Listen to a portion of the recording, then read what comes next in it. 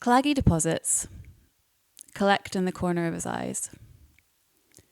He removes discharge between forefinger and thumb and wipes rheum below the V-neck collar of his white 100% cotton t-shirt. His hand continues over his torso, resting between his legs, his fingers flattened by the weight of his thighs, his genitals abutting the side of his palm. Rolling onto his right, he resumes sleeping. Bending his knees, he tucks his rounded right ankle bone into the dipped, hollow cleft of his left foot. Drawing the white cotton pinstripe duvet under his chin. Elbows bend. Covers tautly wrap around his shoulders. Untucking his arm palm face down, he lays his left hand outside of the duvet. Scrunching fistfuls of fabric, he brings his knees to his belly and opens his eyes. Blinks. His eyes water. Tears stream down his cheeks and seep into the white feather-down pillow supporting his head. He compresses the pillow into a bundled lump and turns onto his stomach. His head turned right, his cheeks pressing upward against his brow ridge. He turns onto his back, legs hip distance apart, and covers his eyes with the inside of his forearm. Lifting his legs from the hip, he raises the duvet and catches the bottom of the covers with the tips of his toes. Folding the end of the duvet under his feet, he turns onto his side. Bending his knees. Bending right leg at the knee, his left leg compensates to accommodate the change in position. Rolling onto his back, joining his hands above his head, elbows bend. His ears touch the insides of his upper arms. His eyes open. Blink. Slow blink. He sniffs. Back of his hand pushing the tip of his nose upward. His left hand continues onto his abdomen and he scratches his testicles with the right. Kicking the duvet from his body, he rubs his face with both hands. Propping himself upright, arms behind his back, hands flat on the mattress, his wrists crinkle. Swiveling into a seated position, both feet land on a sheepskin rug. Parted green curtains cast a slit of cream light on the rug and his bare feet. He ruffles the sheepskin, spreading, bunching, and gathering the textured wool with his toes.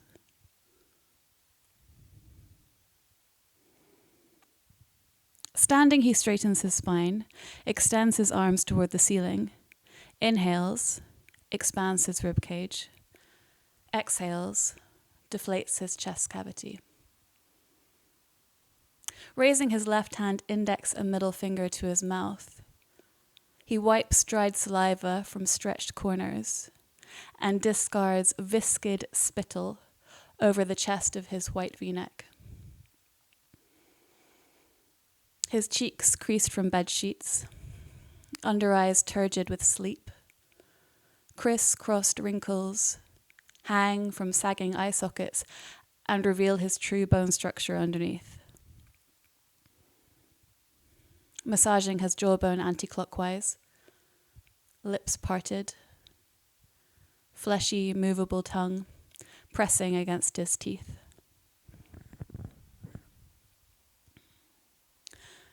Leading with the left shoulder, he turns to leave the bedroom, his arms hanging on either side of his body, head stooping with torpid gravity, feet shuffling and swirling dust with each step. left hand fingers curled and grazing his hip, right hand skirting the slumped duvet, heaped in folds and hanging off the end of the mattress. Lightly he pushes the bedroom door ajar, enters the hallway, moves toward the bathroom, and flicking the thick red plastic switch down, illuminates the hot water light. Sharply pulling the bathroom light cord with his left hand, he steps onto the black tufted oval bath mat and grabs the back of his collar, turning his t-shirt inside out and dropping it to his feet. He runs the pale yellow shower curtain along the rail and lifts his leg over the edge of the white enamel freestanding bath, steadying his balance against the silver and white tiled wall. Left leg in the bathtub, the right follows, and the stainless steel fixed shower head is gripped until both feet are grounded. He draws the pale yellow curtain along the rail. White plastic hooks are evenly spaced as the polyester dryly wafts on the inside of the bath. He dials the electric temperature gauge clockwise. Water chugs as pressure regulates, and a steady, even flow is pumped through the hose. He closes his eyes, tips back his chin, and rotates his head. Water runs off his cheeks, jaw, and neck. The comfort of privacy carries his nudity. Bringing his hands to his eyes, he rubs water into his face and over the back of his scalp. The hair on the crown of his head has receded.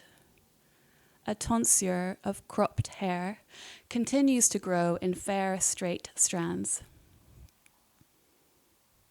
He bends at the knees and picks up a bottle of mint and tea tree shower gel, propped between the bath edge and the tiled wall. The oblong transparent bottle is 3/4 empty.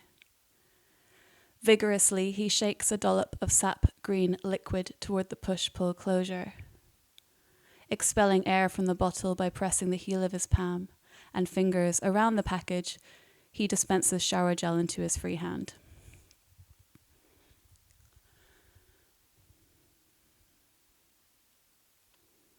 Running his cupped palms under the water, green gel turns to white foam. Lathering into the pores of his face firmly using index and middle fingers. Circulating soap along his temples, cheeks, edges of his mouth, jawline, upper part of his respiratory tract. Moon ring wrinkles move over his Adam's apple and the nape of his neck. Splashing remaining suds from his face and eyes, he returns the shower gel between the wall and the edge of the bath. Bending to retrieve 2-in-1 anti-dandruff shampoo and conditioner, he upends the rectangular white bottle.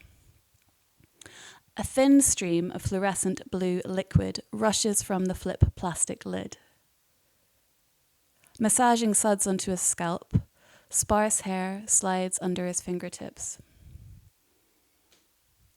Rubbing his palms together, he rolls discarded hair into a matted ball, which clings to the contours of his body and steadily edges toward the plug hole.